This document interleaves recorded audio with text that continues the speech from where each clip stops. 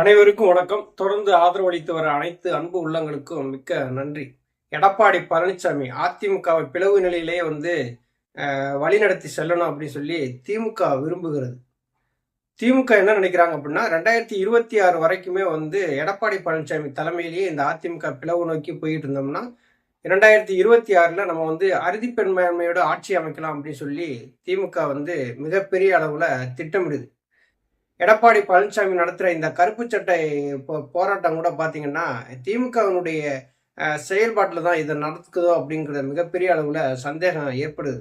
திமுக என்ன நினைக்கிறாங்க அப்படின்னா அதிமுக ஒன்று சேர்ந்துடக்கூடாது, பிஜேபி மிகப்பெரிய அளவில் வளர்ச்சி அடைந்துடக்கூடாது, அந்த பிளவுபட்ட அதிமுகவை வழிநடத்துறதுக்கு எடப்பாடி பழனிசாமி தான் தகுதியான ஆள் அப்படிங்கிறதுனால எடப்பாடி பழனிசாமிக்கு மிகப்பெரிய அளவுல ஒரு சப்போர்ட்டை கொடுக்கறது திமுகவினுடைய அரசு.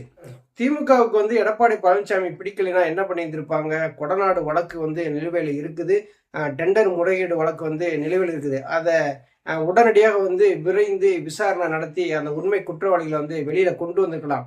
ஆனா அதை திமுக செய்ய தவறுது. அந்த வழக்கு, அந்த கொடநாடு வழக்காக இருக்கட்டும், இந்த டெண்டர் முறையீடு வழக்காக இருக்கட்டும், இது எல்லாமே திமுக கோமாவிலேயே போட்டு வச்சிருக்குது அப்படிங்கிறது மக்களுக்கு நல்லா தெரியுது.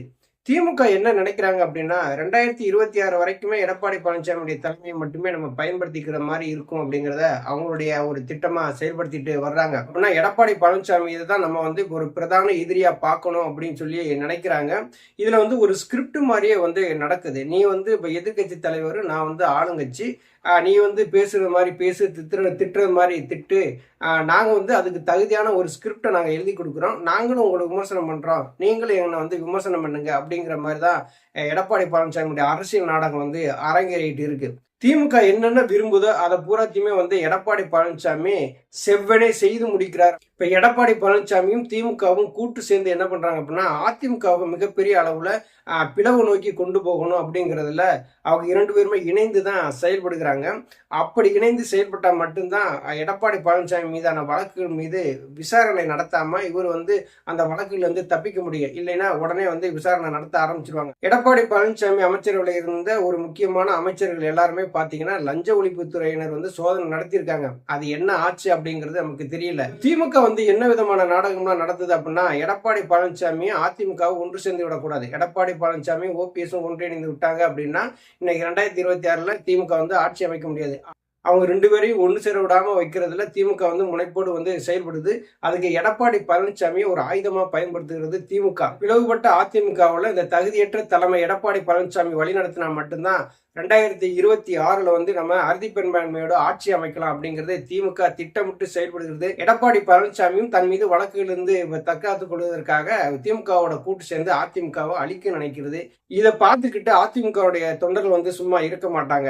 2026ல ஐயா ஓபிஎஸ் அவர்களுடைய தலைமையில தமிழகத்துல அம்மாவினுடைய ஆட்சி அமையும் அப்படிங்கிற நம்பிக்கையில தொண்டர்கள் எல்லாருமே காத்துக்கிட்டு இருக்காங்க.